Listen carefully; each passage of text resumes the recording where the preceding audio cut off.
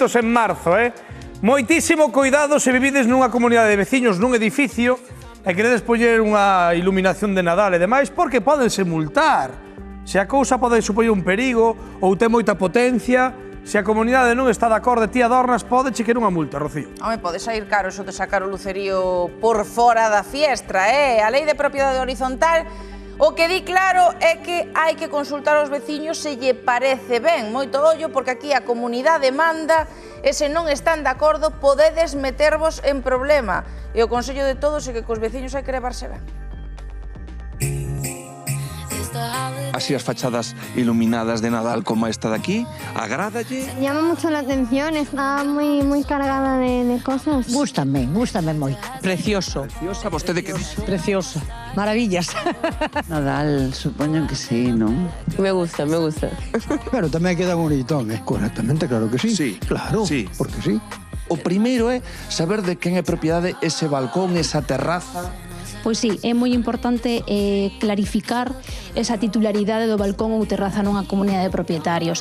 A lei de propiedade horizontal non é que o proíba, é que non o regula. Entonces, teremos que aternos así as limitacións que efectivamente si establece en cuanto a actividades molestas que podría chegar a considerarse unha actividade molesta para un propietario e, en defecto destos, nos iremos aos acordos que haxa na xunta de propietarios.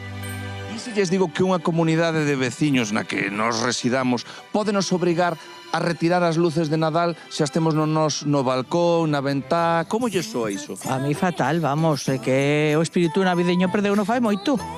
A mí é que me parece, isto parece unha maravilla, a mí alégrame ver isto. Cada vez que hay que arreglar algo o decidir algo es algo común, entonces supongo que va por ahí. No creo que por unas luces se modifique toda la fachada, o sea, me parece algo fuera de lugar. Si é algo que realmente molesta por algo, sí. Pero si non, si vives nunha comunidade tamén has de ser algo flexible. Pois entonces veñan a Santa Cruz e retiren a miña que puxen allá. Que pode provocar un incendio. Bueno, hai xente que ten moi mal gusto, eso sí que é verdade. Creo que non deberían deixar fazer eso, porque isto non molesta a nadie, ao contrario. Non entendo que a nadie moleste isto. Parece excesivo.